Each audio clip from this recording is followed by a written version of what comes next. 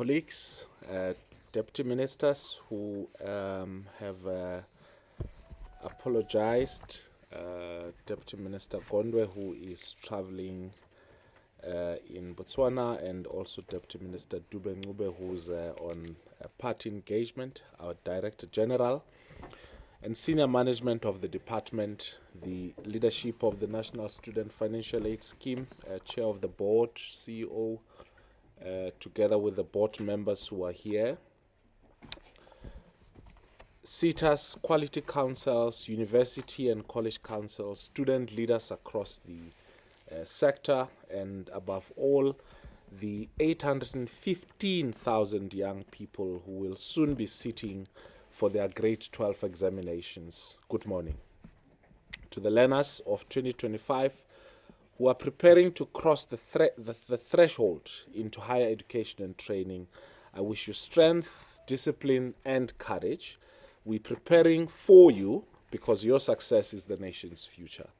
When we speak of readiness for the 2026 academic year, we are not referring to ticking boxes or filling reports. Readiness is about the lived experience of every student and family in South Africa, that when the new year begins, the doors of learning and culture shall truly open, fairly, on time, and without unnecessary barriers. It means that the bursary systems are working, that application processes are clear, that institutions are safe and welcoming, that infrastructure is in place, and that teaching and learning can begin without disruption. This is the commitment that underpins our work.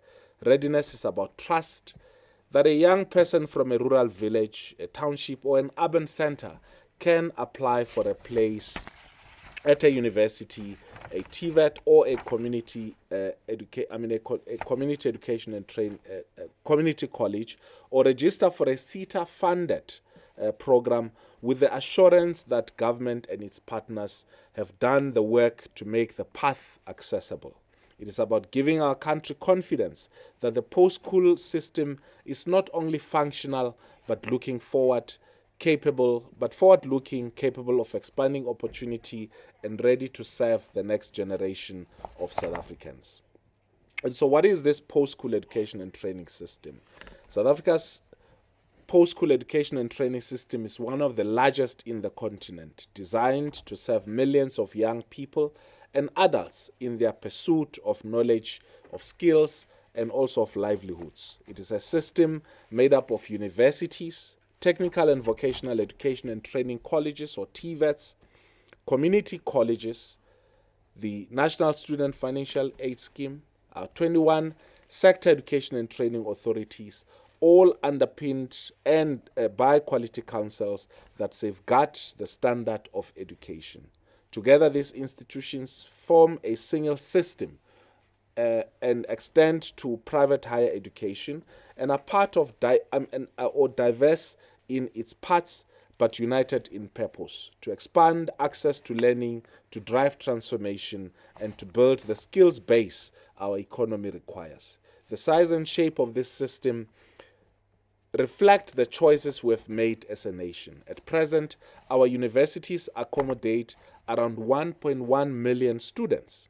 TVET colleges, around 527,000 students, and community colleges, about 130,000. Through NSFAS, 900,000 students are supported with bursaries and loans. The SETAs, meanwhile, offer thousands of learnerships, apprenticeships, and skills programs every year to the unemployed, those already in work, and those classified as not in employment, education, or training.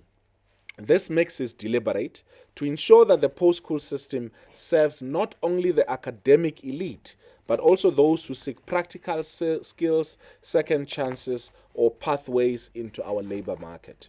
Our post-school education system ultimately exists to serve the people. It is designed to be the engine of transformation, giving every South African, whether in a deep rural village, a township, or a metropolitan hub, a fair chance at accessing knowledge and skills that can change their lives. It is about It is about equity and opportunity, but also about national development. The system is there to build a workforce capable of meeting our country's pressing needs in health, in education, in energy, in technology, in manufacturing, in agriculture, and services. At its heart, the post-school education is about expanding freedom, the freedom to learn, to work, and to contribute to South Africa's future. The pressure on our system has been growing steadily. Each year, more young people pass matric with bachelor's entry. Last year, about 615,000 of these young people passed matrics, a bit less with bachelor's entry. But the places at universities, and at our TVET colleges, and at our community colleges, and also the spaces provided by SETAs and private higher education remain limited. For 2026, we project around 235,000 first-year university spaces. At TVET College, we project around 170,000 first-year spaces. And at community colleges, about 120,000 first-year spaces.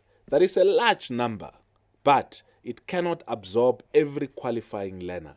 This is why we stress that learners must apply on time, must explore multiple options, and must recognize that sector education and training authorities, TVET colleges, and community colleges are equally important pathways into work, into skills, and also into further study. Yes, many students, and this is an issue which we'll discuss with basic education, many students, when they attain what is being referred to as basic education as a bachelor's pass, their expectation already is that they should walk into a university and study a bachelor's degree.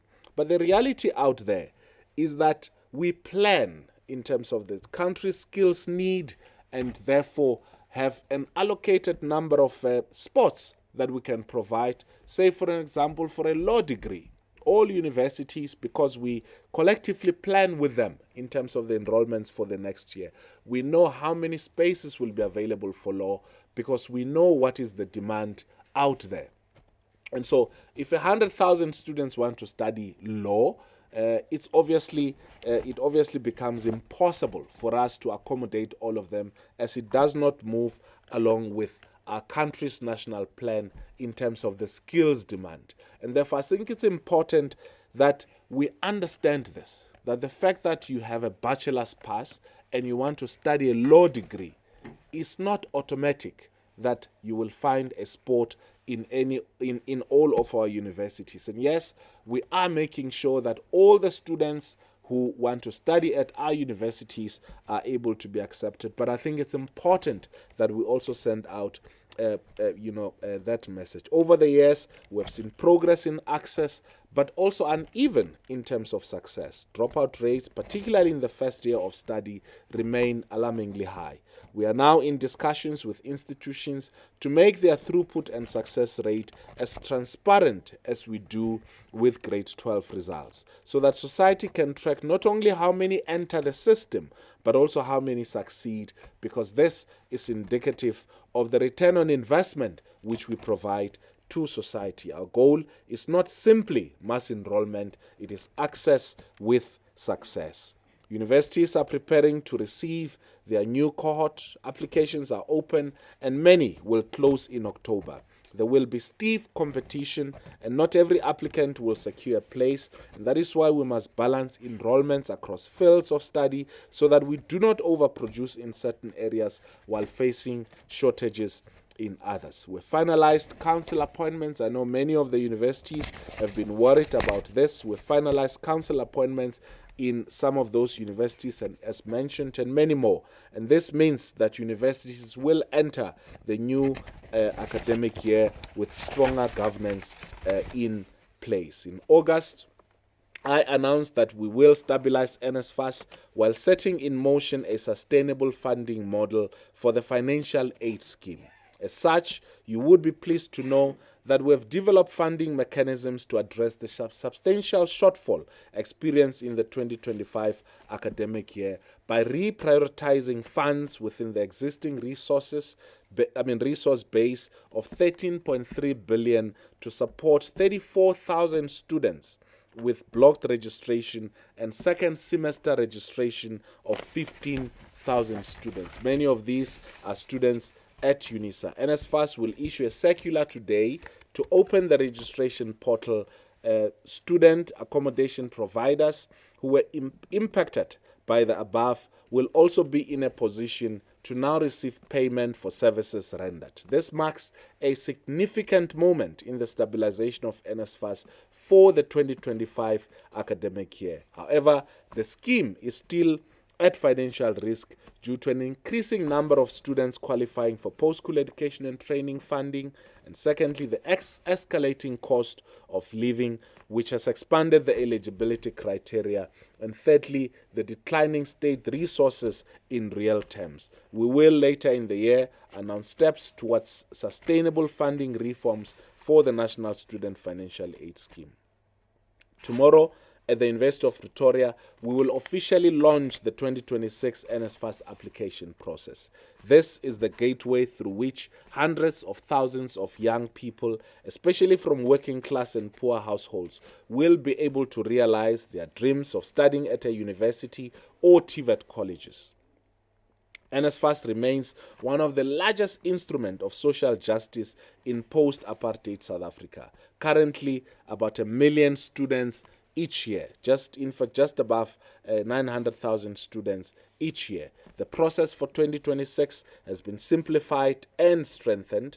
Applications will be done through My NSFAS portal, which is accessible via any internet-enabled device. Students will be able to track their applications online, upload supporting documents, and receive real-time updates. To make the process more inclusive, NSFAS is also working with partners such as SASSA, the South African the South African Receiver of Revenue, SARS, and also the Department of Home Affairs to verify information automatically, reducing paperwork and speeding up approvals. In addition, NSFAS is extending its footprint through localized and regionalized service centers so that even those in rural areas can access help close to home. And yes, we've heard the plea of students and universities and TVET colleges that we need to localize NSFAS, we need to regionalize NSFAS. And so discussions together with the trade unions are being finalized in order to make sure that when we hit the ground in 2026, we have a localized or regionalized National Student Financial Aid Scheme. We call on all stakeholders, schools, teachers, especially life orientation teachers, parents, municipalities, public libraries, NYDA centers, community halls, and even internet cafes to assist learners in applying before the deadline, which will be on the 15th of November this year. And we will not reopen the application after that date. For those who intend to study at university, competition for the 235,000 spaces, as I said, remain extremely high, and similarly at our TVET colleges. So early application is critical. For those choosing TVET colleges, NSFAS will also fully cover tuition, registration and allowances in line with the Higher Commission's recommendation. We will, of course, thresh out the details, and later on in the year, when we announce specific details as to how we will roll this out as it relates to TVET colleges, more details will be given. Readiness also means, I know this has been a major concern for many people, but and we flagged it as one of the indicators of readiness, tackling student accommodation. Too many learners still live in unsafe and undignified conditions. We're working with institutions, but also with communities and the private sector to accelerate accredited accommodation, and also to eliminate confusion around who pays, who administers, and also when. Technical and vocational education and training colleges remain at the center of our strategy to transform the post-school system and equip South Africans with the skills our economy so urgently requires. In 2026, more than 527,000 places will be available across the country, the country's 50 public TVET colleges. These institutions are not just alternatives to universities. They are the engines of industrialization, of entrepreneurship, but also of community development. From artisanship and trades to hospitality, ICT, health and business studies, TVET colleges provide practical work-oriented training that speaks directly to the needs of our labor market. As we speak, in 2026, we will be expanding our suite of occupational trades from the 13 that are currently being provided in our centers of specialization to more than 800. These ranging from renewable energy, from the oceans economy, from the digital economy, and a whole range of other areas of study. We are of course aware of some of the challenges that the TVETs face, particularly in terms of high dropouts, blockages in occupational qualifications, and also the backlog of students who have not completed their NATED courses, or the N courses as they've been referred to. To address this, we're extending the NATED programs while simultaneously working with the QTCO, industry partners, SETAs, and the skills branch to unblock the pipeline for occupational qualifications. And we've also set up a dedicated working group to drive this reform, while also redirecting SETAs to deepen their partnerships with TVETs and community colleges. Our commitment is clear: to strengthen TVETs into credible, attractive, and well-resourced institutions that young people choose as a first option. Funding remains a decisive issue, of course, but in line with the recommendations of the Higher Commission, we will, as I said, be releasing more details on how we will implement the fee-free component of higher education at the TVET college level. But we are moving decisively to ensure that TVET students are funded on a fee-free basis, further illustrating our intent to grow enrollment in this critical sector. With regards to community education and training, or community colleges, these are the unsung heartbeat of our system, serving those South Africans who were left behind by formal schooling or who now seek new opportunities later in life. We believe that there is much hope for our community colleges, even though they are currently serving 130,000 learners who are involved in various programs, from adult literacy and numeracy to second chance matric, to skills program linked to local economy. This is the front line of tackling illiteracy, reducing not in employment, education and training levels, and also giving hope to adults and young people in township and rural areas, and also in informal settlement. As I said last month when we were speaking to you, announcing two important programs, which is dealing with illiteracy and those who are functionally illiterate in our communities, who reach up to 4 million, that we are going to be dedicating our time, energy and resources towards using community colleges as the backbone of helping us deal with illiteracy in our communities. Our priority for 2026 is to reposition community colleges as vibrant centers of lifelong learning, and we are finalizing issues of governance, issues of rebranding of community colleges to make sure that they are what they are expected to be from their targeted market. This part of the work that we're doing is to invest in lecture training, timely delivery of learning and teaching support material, and we've had the students' plea around support as it relates to digital tools and facilities, especially those in second chance or matric program. Community colleges will be where young people who are not in employment or in education will be directed towards. Alongside our work on universities, TVETs, and community colleges, we're also pressing ahead with reforms in the Sector Education and Training Authorities landscape. By the end of this week, all SETAs will have fully constituted accounting authorities in place, and the process for the appointment of chairpersons will also be at an advanced stage of finalization. This is part of a broader stabilization effort, ensuring that SETAs can perform their critical mandate without governance paralysis. As I requested the Parliamentary Portfolio Committee on Higher Education last month, I will be appearing in Parliament at the end of this week to account on some of the changes that we've effected in the SETAs, as well as to present our overall plan for reforms that will ensure a more efficient, transparent, and impactful system.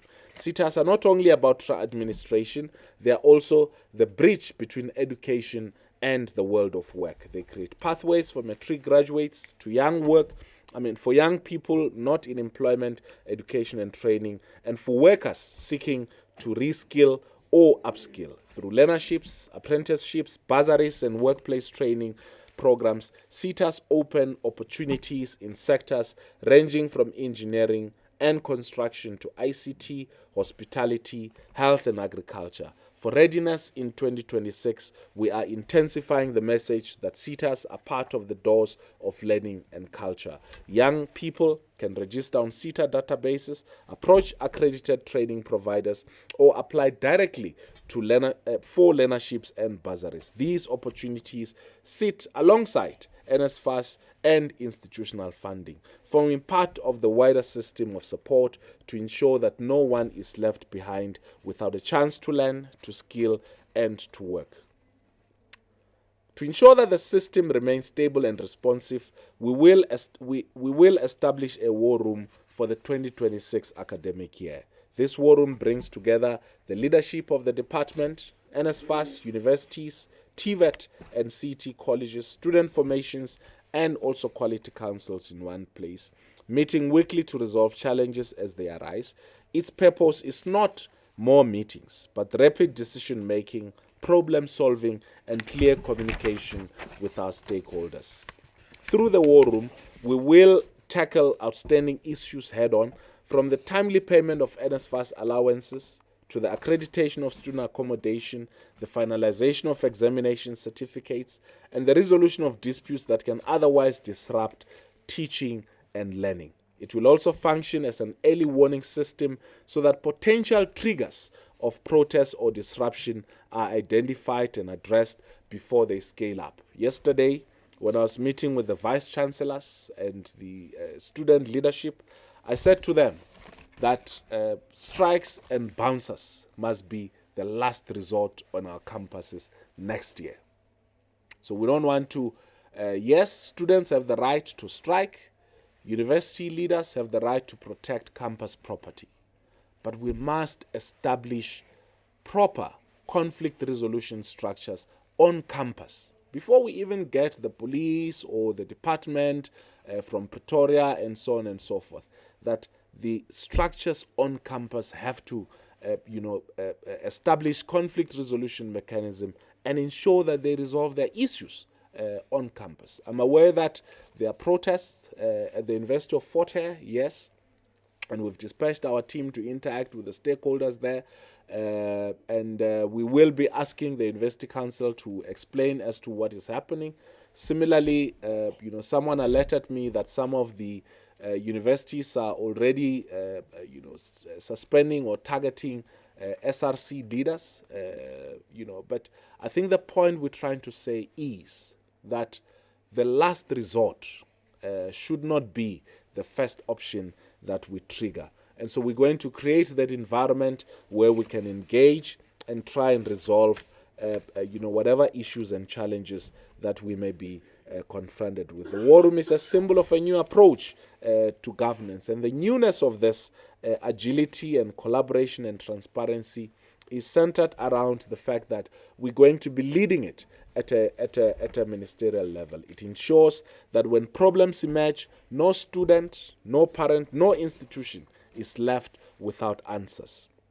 It is one of the ways in which we're demonstrating that readiness is not a once-off announcement, but a continuous commitment to keeping the doors of learning and culture open. And this will not just be the only intervention that we make. There are various interventions at a communications level which have always existed and which we're going to improve on those to make sure that we keep students informed, institutions informed, and everyone who wants to know what's happening with the 2026 academic year to keep them informed. I want to thank every person in the sector, lecturers, administrators, principals, vice chancellors, council members, student leaders, union representatives, and officials in the department for the work that they've done to bring us this far. Slowly but surely, we're restoring public confidence in the post-school system.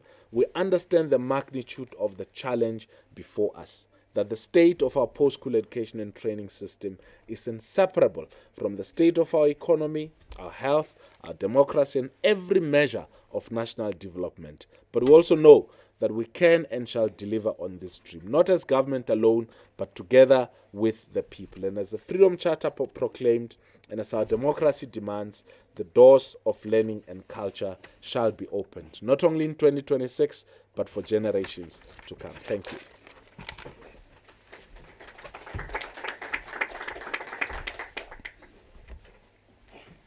Thank you very much, Minister. I think I would like to open for questions now. Don't go too far, Minister. There's no mic on your table. Yes. I would like to open for questions. Please introduce yourself and the media house that you represent when you do ask your question. Are there any questions on the Minister's statement? Please go ahead.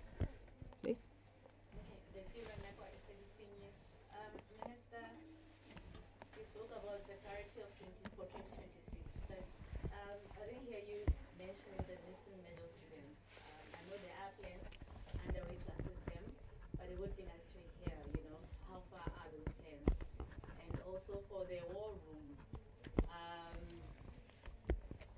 when exactly will it be established? Will it include people from other provinces that represent institutions or maybe student bodies? Like, how will it work? Thank you. Okay. Criselda? Good morning. It's Criselda Lewis from SABC TV News. Minister, just on the issue of, I think it was last year when we had the highest number of bachelor's passes, and we've been scrambling, to get those students into universities. Look, we don't know what it's going to look like this year, but shouldn't we be looking at an approach, perhaps, maybe to build more universities? I guess the expectation from someone who acquires that bachelor's pass, they should be given an option on whether they want to go to university or TVET college, but we would sort of it seems to look like that most people prefer to go to university. We've spoken about changing the attitudes towards TVET colleges and these community colleges, but shouldn't we be now looking at a longer term approach? Because we might sit with the situation again where a child is sitting with a bachelor's pass, wants to go to university, but cannot fulfill those dreams because of a lack of space. I also have a question from a colleague in Kimberley. They seem to be covering a story there.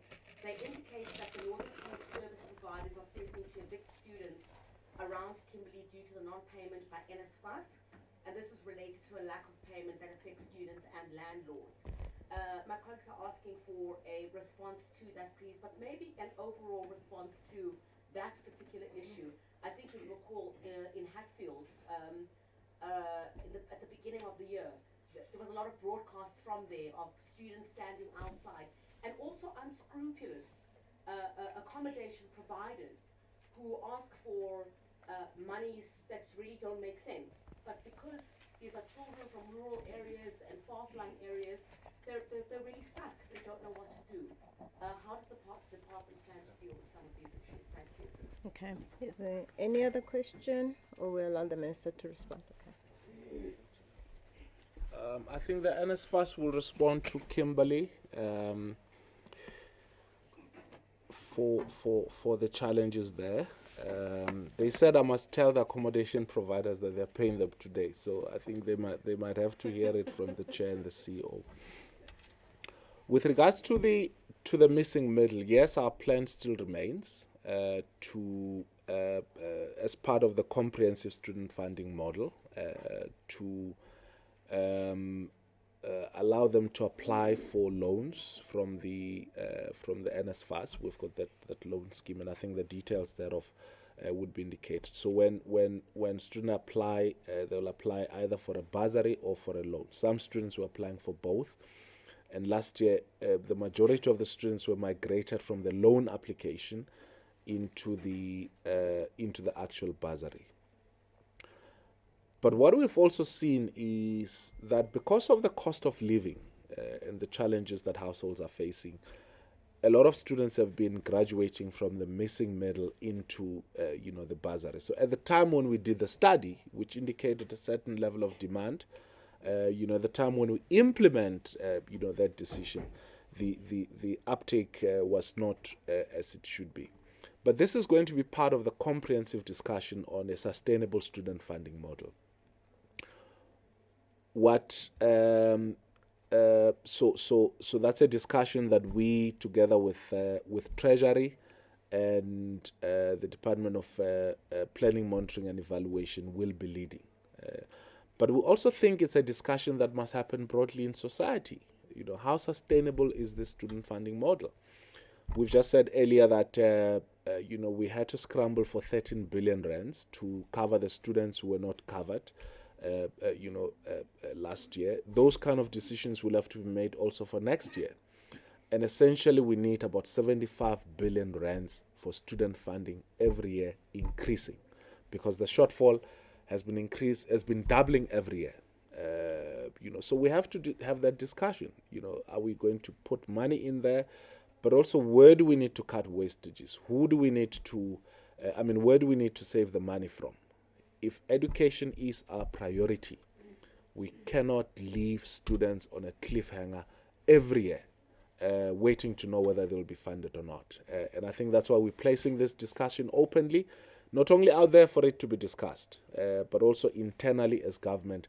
This is a discussion we, are looking at, and there shouldn't be there should not be any holy cows when we have that discussion. We've guaranteed South Africans that we're going to provide fee-free higher education. Either we choose to renege from that decision, or we commit resources to make sure that each and every student who wants to study at a post-school education and training institution is afforded that opportunity. Secondly, the bachelor pass, I think Griselda made that question. It's a basic education definition. So it doesn't determine access into a university or a TVET college and all of that. It only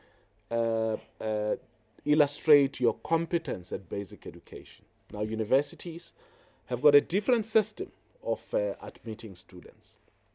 And so when you have the bachelor pass, it does not automatically mean entry into a university program of your choice. That's the first thing. But the second thing is that we cannot build a post-school education and training system that is mainly anchored on universities.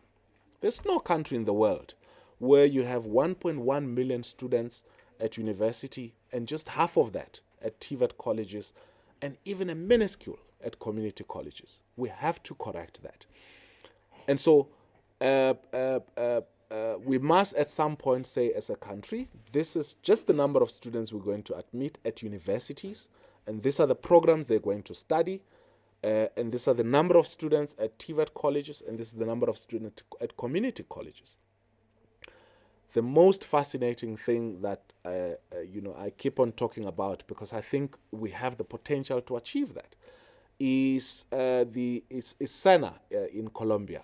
In the different Latin American countries, they refer to it as Sinai, and so on, where they have a combined student population of 18 million between TVET colleges and community colleges.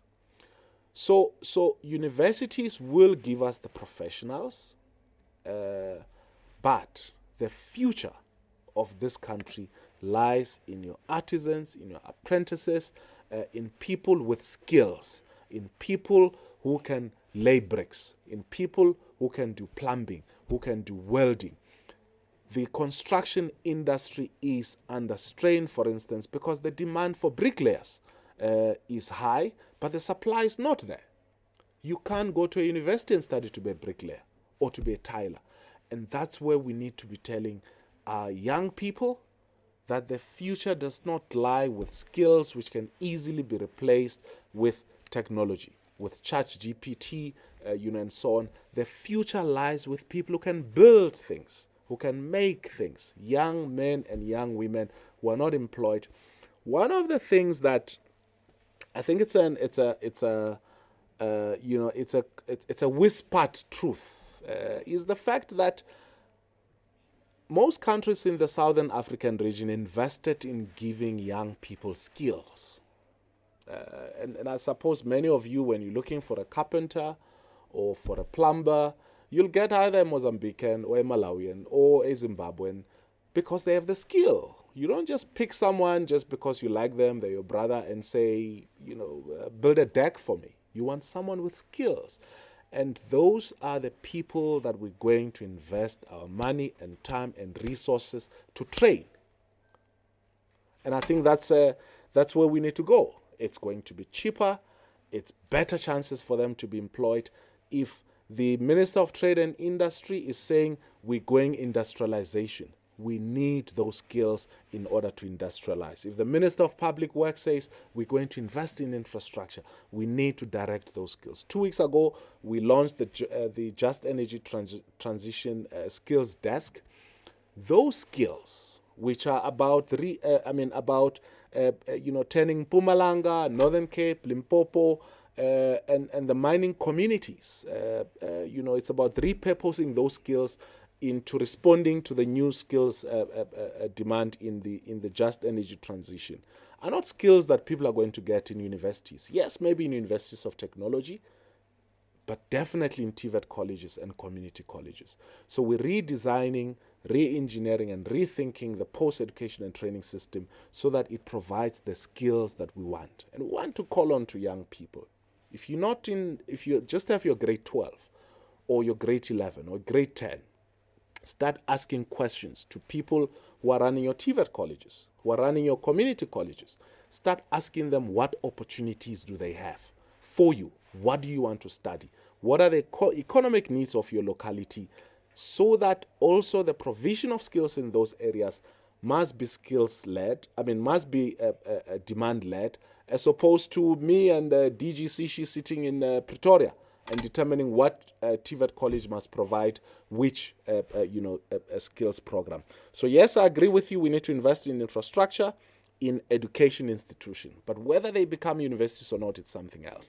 The other alternative, obviously, is digital infrastructure. We're going to be looking for money so that people can study online, and so on and so forth. But the reality is that today, as I'm speaking to you, 815,000 young people will be sitting for examination. We can only guarantee that if all of them pass 850,000, we can only guarantee that the system will only absorb half of those. Between now and the next 2 to 3 months, we're going to be looking for solutions for the rest of the other young people. Yes, some of them will go look for jobs. Some of them will, take a joyride and take a gap year, and so on and so forth. But we have to plan for those people. And that's the big question that I think, in a month or two when we come back, we will have to, to answer that. I don't know if you want to respond to Kimberly, the money and stuff. When are you paying that? I said you can pay them. Yes, now we can. Thank you, Minister. Good morning to members of the media. I think, as the Minister would have outlined in the statement, one of the issues we've been confronted for this year has been a significant funding shortfall. Over the past few months, and as NSFAS would have outlined in its own media briefing, we have been taking steps to resolve that challenge. We are pleased to say that that matter has been resolved. Kimberley is but one institution, and Salt Plaatje was but one institution who was affected by that. Collectively, the matter affected close to 54,000 students. But Salt Plaatje was more pronounced in that over 1,000 students were just impacted at that institution.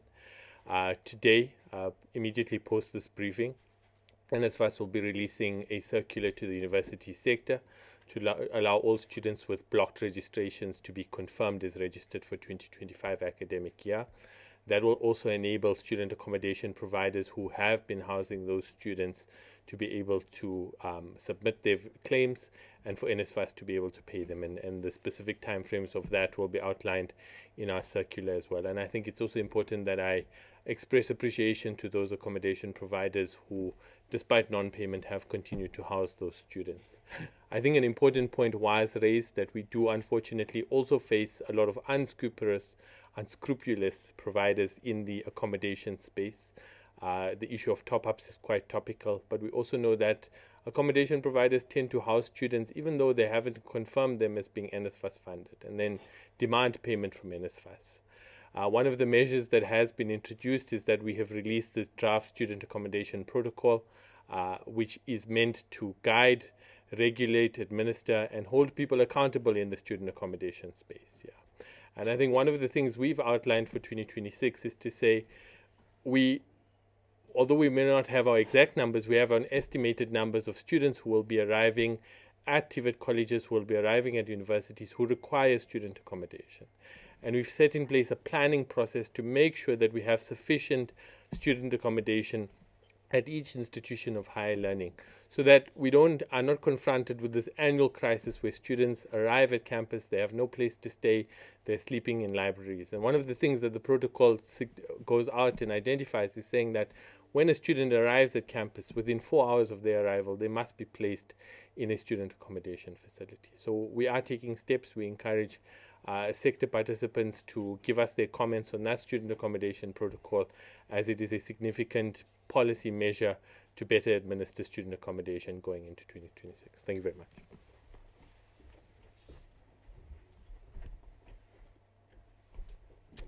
Thank you. Are there any other questions? Yes, please go ahead. All right, thank you very much. My name is Clem from Jacaranda FM News.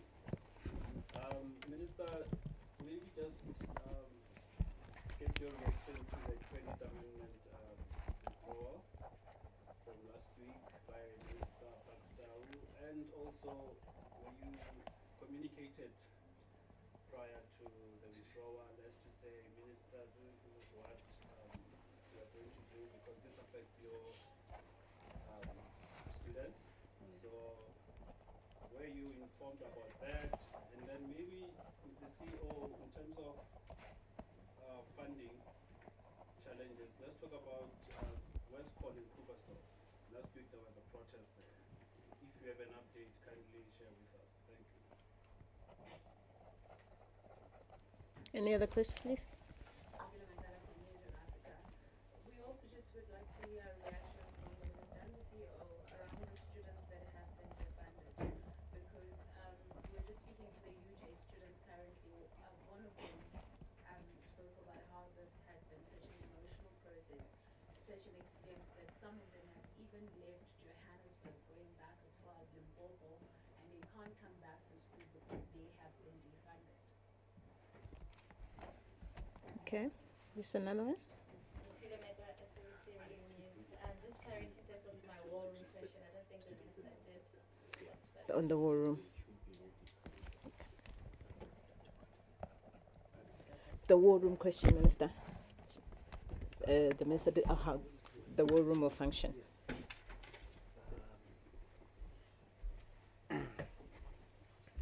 You like the war room.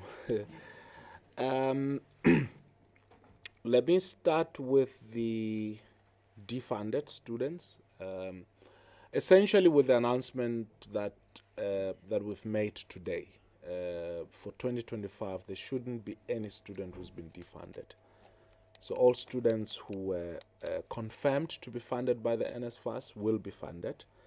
So there shouldn't be an issue. But there's an issue that I think I must raise before the NSFAS comes to respond. Now, over the years, there's been monies recovered from the universities as part of the closeout reports for the different years.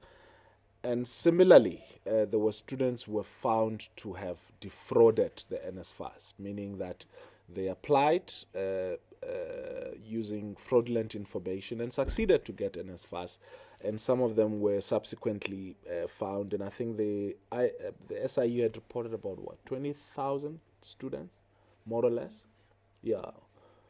40,000 students, which was a lot of money. I think what we have to say this: the NSFAS application that is opening for this year is the eligibility is for students whose household income is up to 350,000.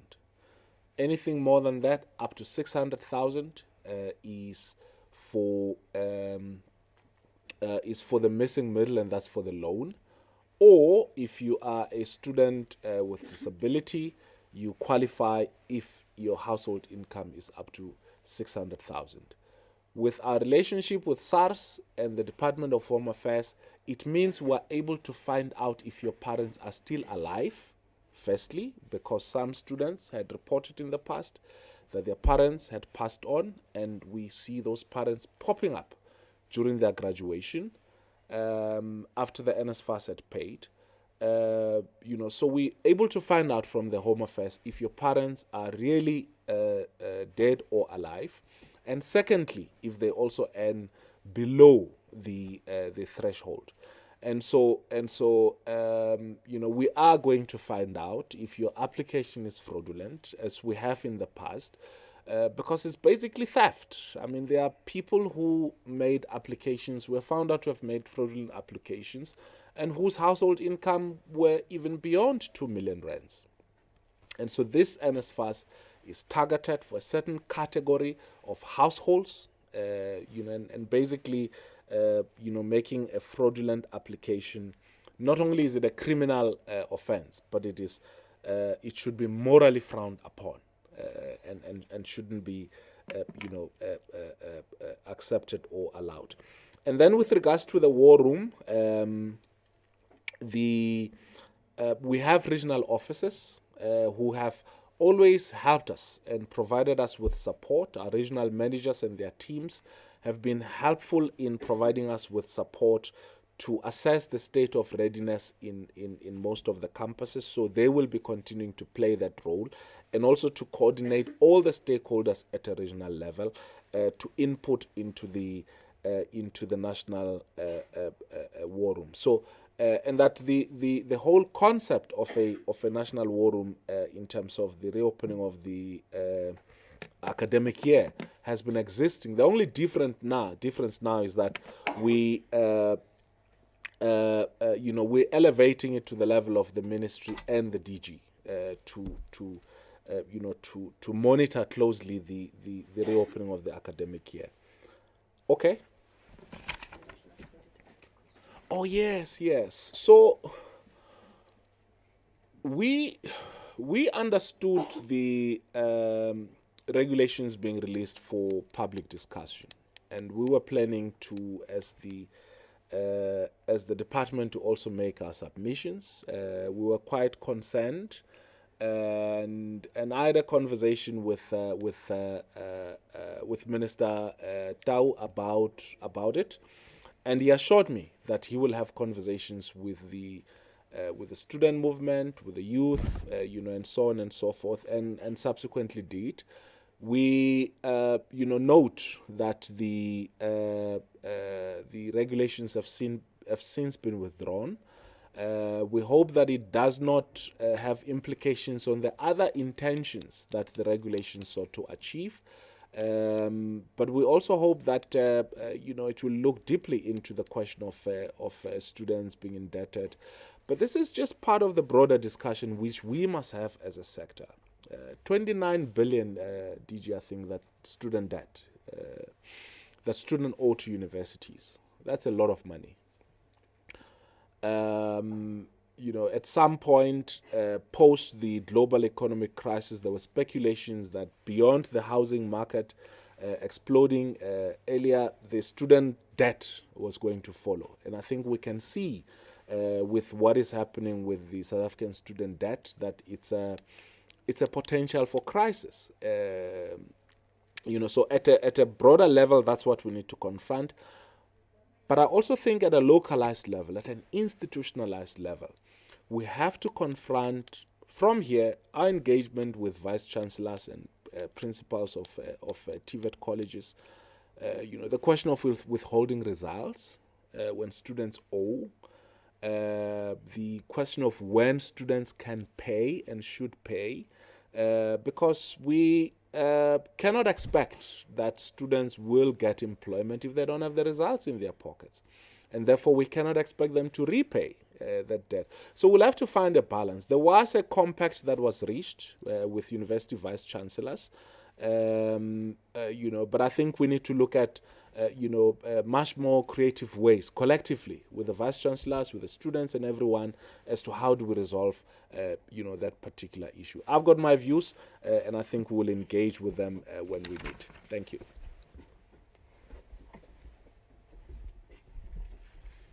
Any more questions, colleagues? Never mind. International. So one of the opportunities, and I think I would be amiss if I don't mention this. So one of the opportunities that exist is in terms of international scholarships. Given our partnerships with various countries, we have up to 600 scholarships that are available. We have asked the deputy ministers, and I think Deputy Minister Dube Ncube to work specifically on this to see if we cannot expand the offerings in terms of international scholarships. But as is now, there are close to 600 scholarships, and I think those who want to apply for this must go onto our website to find more information on this and to apply. They range from countries such as Germany, Russia, Hungary, Mauritius, Switzerland, the United Kingdom, China.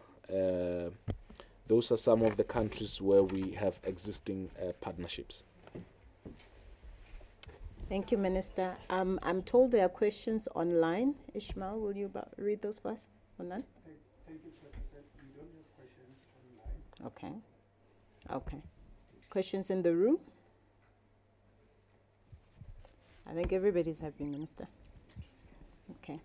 Well, I think that brings us to the end of the press conference. Thank you very much, everyone.